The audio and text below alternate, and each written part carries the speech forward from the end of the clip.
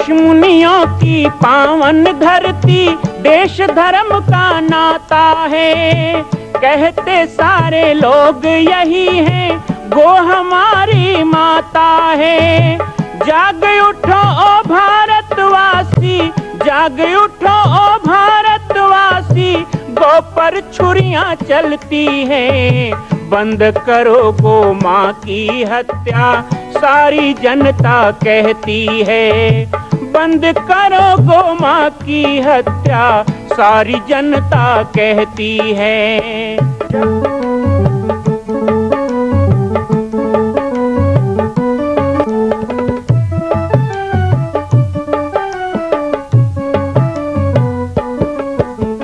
जगह जगह पर बूचड़ खाना, लाखों गौएं कटती हैं। किसे सुनाए व्यथा हमारी, नैना नीर बहाती हैं। रक्षा करना गौ माता की, रक्षा करना गौ माता की, गीता ज्ञान सिखाती है। बंद करो गो माँ की हत्या, सारी जनता कहती है। बंद करो गो माँ की हत्या, सारी जनता कहती है।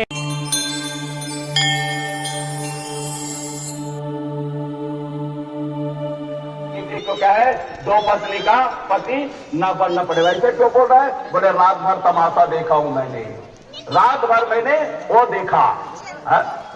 तो देखो भगवान श्री कृष्ण के द्वारका में 16,108 कन्याएं, और 16,108 कन्याएं जो है, अब इसको देखने के लिए जो नारद जी भी जाते हैं, संत है, महात्मा है, और वो भी वहां जा करके वो देखते हैं कि कैसे भगवान श्री कृष्ण के गृहस्थ होंगे। माताओं सज्जनों ध्यान देना, ये जो है द्वारका, मैंने पहले कहा ये द्वारका क्या है, हमारा शरीर ही है, मोक्ष का द्वार कहते हैं। देखो भाई, आज एक विशेष रूप से इस मंच में दर्शन दे करके आप सब लोगों को आशीर्वाद प्रदान करने की, ये मंच में जो है ना, एक से एक रोज जो है कोई न कोई एक महापुरुष, दिव्य पुरुष, चाहे राजनीतिक क्षेत्र को या धार्मिक क्षेत्र को, हाँ, वो सब पहुंच करके दर्शन लाभ भी दे रहे हैं और आशीर्वचन भी दे रहे हैं। और इसी कड़ी में आज 7वें दिन ये छत्तीसगढ़ के भूमि से एक महाराज जी आ रहे हैं, तो थोड़ा सा कीर्तन के गाले बाबू। आइए महाराज जी।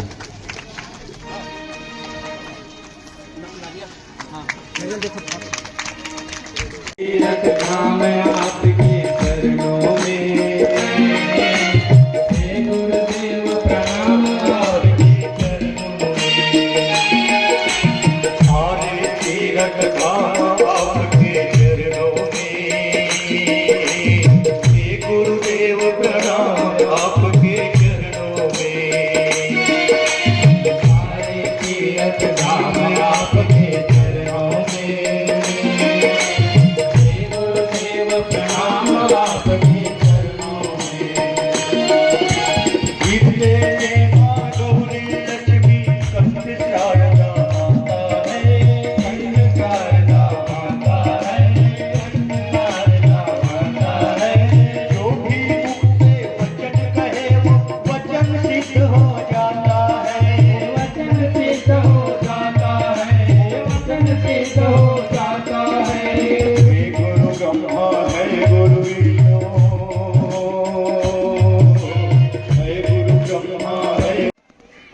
मैं वर्षों बाद इस गांव में आने का अवसर मिला।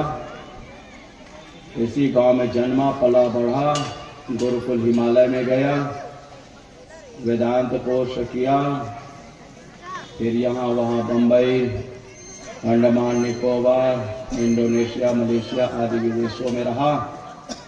घूम फिर करके अम्बाला में अभी इस समय फूटा गाड़ा करके वहाँ पर बैठा हुआ हूँ, और यहाँ आपके बीच में आया। कथा चल रही 7वें दिन, और बहुत शुभचिंतक लोग, आसपास के बहुत से सब लोग भी आए। कल राजनीति क्षेत्र में साथी पढ़े हुए विधायक दलेश्वर भी इसी समय ही वो पहुंचे। सभी लोग, राजनेता लोग सभी आ रहे हैं, और इसी कड़ी में वहां से भी साथ में पड़े हुए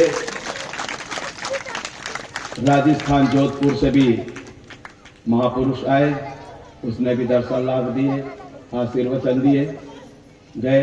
और इसी कड़ी में माताओं सज्जनों हमारे बीच में एक छत्तीसगढ़ के एक रत्न है,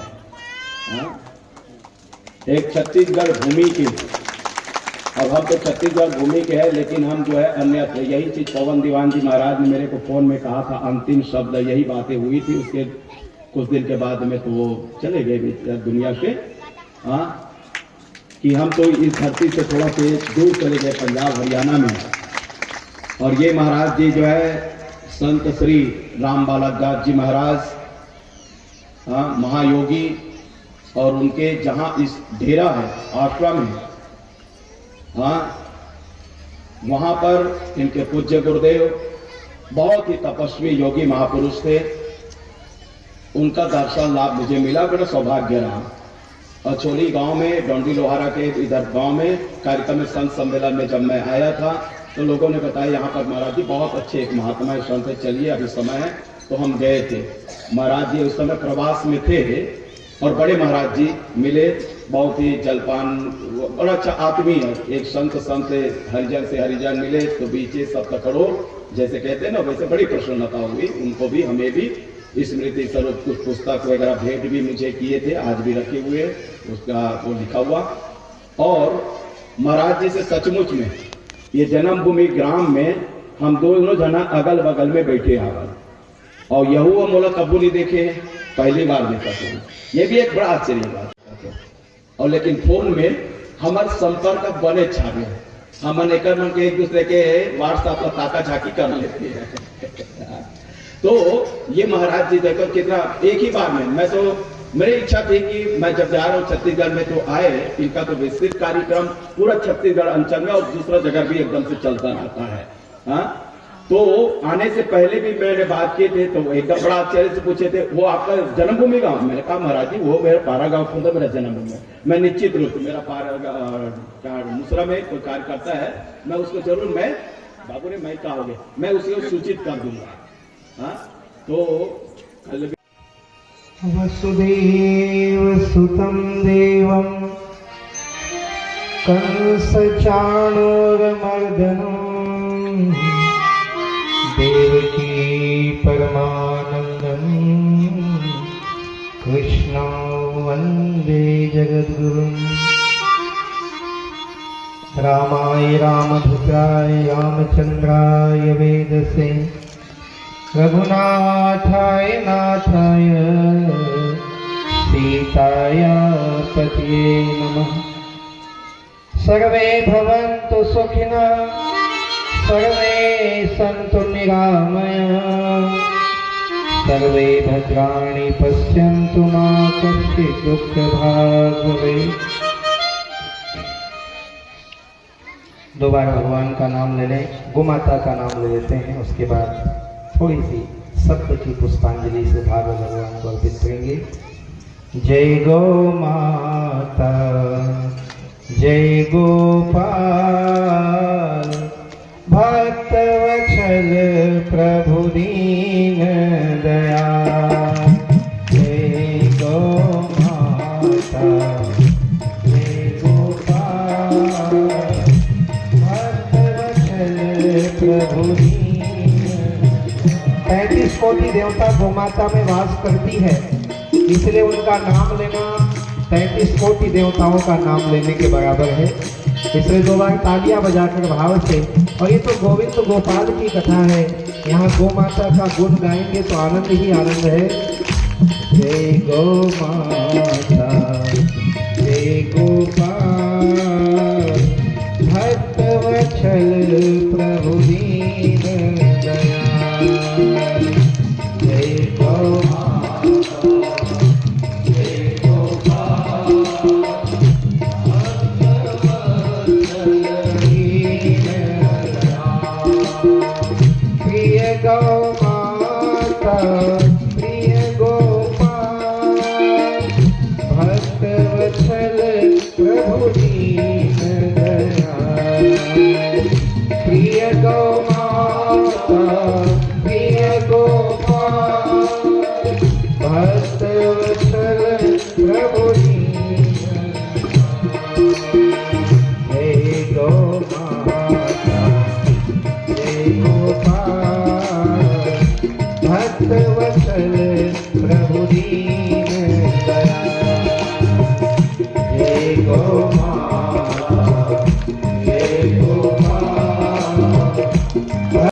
संकल्प है जो मेरा भी है, आपका भी है, पूज्य महाराज श्री का है। और छत्तीसगढ़ में तो अभी तो गौठान में बैठे हैं, तो जरा मेरे पीछे पीछे गाइएगा। घर घर गाये पले गोपाल, घर घर गाये पले गोपाल, गाइए घर घर गाये पले गोपाल, घर घर गाये पले गोपाल, गाये सुखी हो हे नंदलाल, गाये सुखी हो हे नंदलाल। जय जय गो माता जय गोपाल, भक्त वत्सल प्रभु दीन दयाल। जय गो माता जय गोपाल, भक्त वत्सल प्रभु दीन दयाल। हाँ, भक्त वत्सल प्रभु दीन दयाल, भक्त वत्सल प्रभु दीन दयाल। बोलिए गौ माता की जय, श्री भागवत भगवान की जय, श्री व्यास जी महाराज की जय, बमलेश्वरी मैया की जय। हाथ थोड़ा अच्छे से उठा लो, आनंद आ जाए। बोलिए भारत माता की जय, सत्य सनातन धर्म की जय। परम पावन मंच कलयुग में साक्षात नारायण के स्वरूप से भागवत भगवान को प्रणाम करते हैं। इस पावन शहीद मुक्ति धाम पारागांव खोद के वीर भूमि को प्रणाम करते हैं। आज इस मंच पर व्यास गद्दी में आसीन सुखदेव स्वरूप आचार्य जी को प्रणाम करते हैं, सभी विप्रजनों को प्रणाम करते हैं।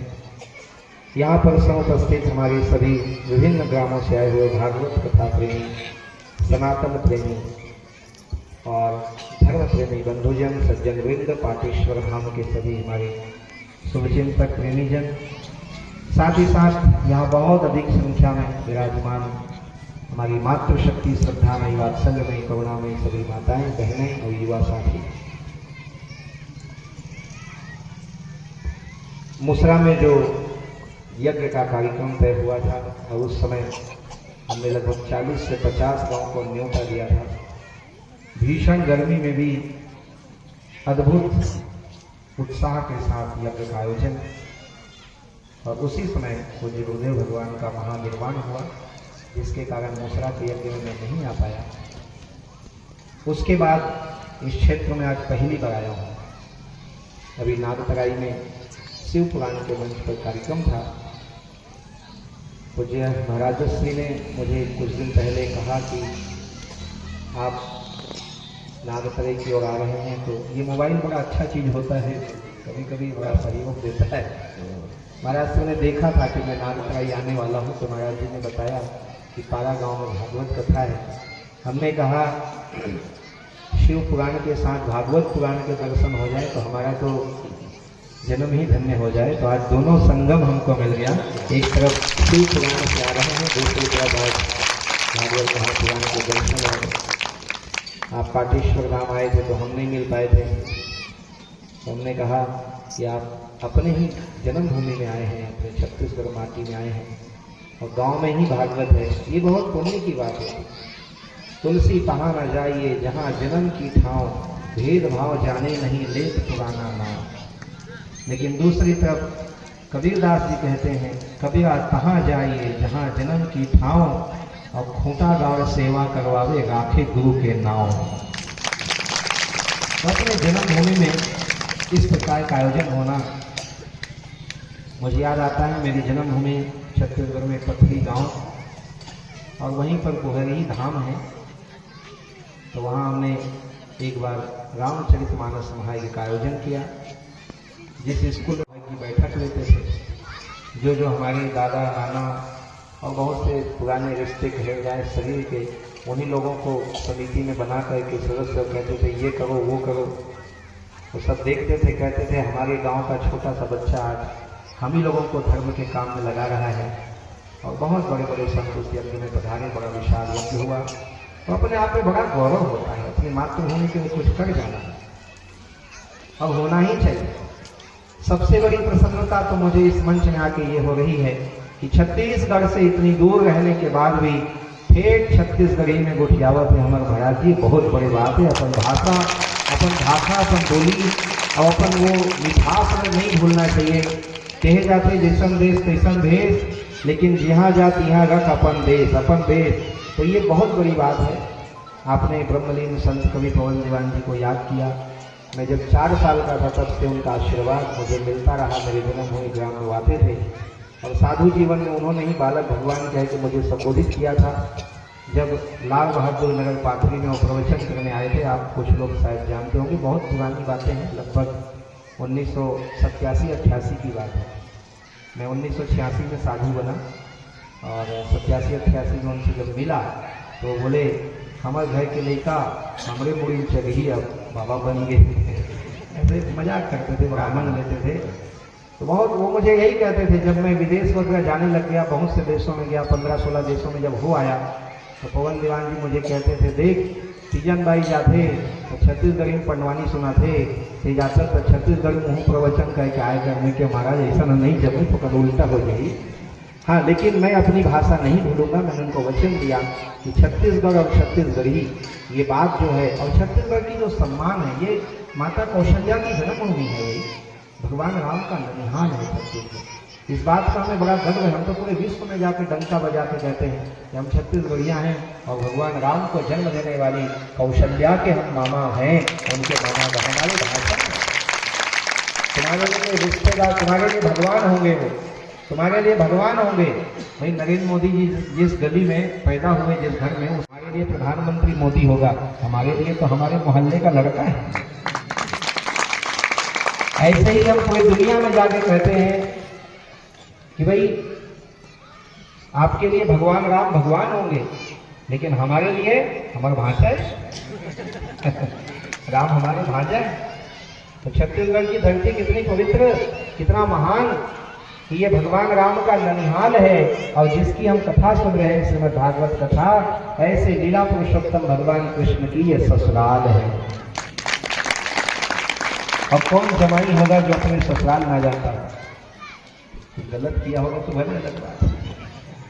तो भगवान कृष्ण की ससुराल है। कृष्ण के 8 मुख्य पटरानियों में सत्या नाम की जो पटरानी है वो छत्तीसगढ़ की है। 7 बैलों को नाथ कर कृष्ण ने विवाह किया। ये छत्तीसगढ़ की गायें थी। हमारा गौवंश, अभी हम गीत गा रहे थे ना, घर घर गाय पले गोपाल। हर घर में गाय होना चाहिए, तभी तो आप परम भागवत कहलाओगे। भागवत ऐसे तो नहीं कहलाओगे। करें परम भागवत सुखदेव जी महाराज, परम भागवत राम बालक दास जी, परम भागवत सहसा सनातन चैतन्य जी महाराज, परम भागवत। हम किसी को परम भागवत क्यों कहते हैं? क्योंकि वो भगवान के व्रती हो, भगवान के गुणों को धारण करके चलता हो, वेश भगवान का हो, कर्म भगवान का हो, गुण भगवान का हो, तो वो भागवत हो जाता है। लेकिन घर में यदि गाय की सेवा ना हो ना, तो आप भागवत नहीं हो सकते। आज बड़े दुर्भाग्य की बात है कि बहुत से घरों में गाय नहीं है। सब है पर गाय नहीं है। वो ऐसा ही है कि शरीर तो है पर प्राण नहीं है। बिना गाय के घर शमशान है। तुम लाख रुपए का टाइल लगाओ, कुछ नहीं होता है। गौ माता की सेवा घर में ना हो तो घर में गाय होना। और गांव में गाय नहीं होगी तो कहां होगा? गांव में गाय ना होगी तो कहां होगा? बड़े दुख की बात है। आज गौ माता के चारा में आग लगाते हैं लोग। गाय को चारा देना चाहिए, गाय को पहला कौर गाय को देना। लेकिन दुर्भाग्य है कि पहला कौर गाय को देने वाले आज गाय के भोजन में आग लगाते हैं।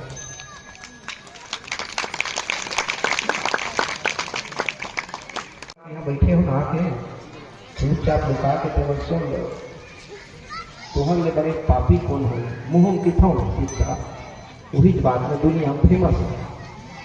सत्य कड़वा हो तो भी दवा के रूप में स्वीकार करो। यदि पाप कमाया तो उस पाप का भागवत मंत्र में प्रायश्चित करो कि आगे से गलती नहीं होगी। मैं भी यहाँ रेलवे क्रॉसिंग के बाद रुका था तो देखा कि लोग रोड के किनारे किनारे पैरा डाल दिए हैं, चना बोली है, कितनी अच्छी बात। भंडारा है, खाए कोई गाय खाए, कोई ले जाना है ले जाए, बचेगा तो अपना भी ले आएंगे, लेकिन ये अच्छा है। लेकिन आग लगाना, गौ माता के चरा में कभी आग मत लगाओ। मां कौशल्या की पावन जन्मभूमि छत्तीसगढ़ प्रांत में बालोद जिला में स्थित है श्री सर्वसिद्ध शक्तिपीठ जामड़ी पाटेश्वर धाम। परम पूज्य सद्गुरुदेव राजयोगी बाबा जी की तपस्थली श्री पाटेश्वर धाम और विश्व के अद्वितीय मां कौशल्या जन्मभूमि मंदिर निर्माण का दर्शन करने और इसी प्रकार समसामयिक विषयों पर अपना ज्ञानवर्धन करने के लिए और 10,000 गायों के लिए बनने वाले श्री हनुमान नंदीशाला गो अभ्यारण्य का समाचार प्राप्त करने के लिए आप सभी देखते रहें YouTube चैनल पर राम बालक दास, और हमारे चैनल को आप सभी सब्सक्राइब करें, घंटी का बटन दबाएं ताकि आप सूचनाओं से जुड़े रह सकें। जय श्री राम, जय गौ माता, जय गोपाल।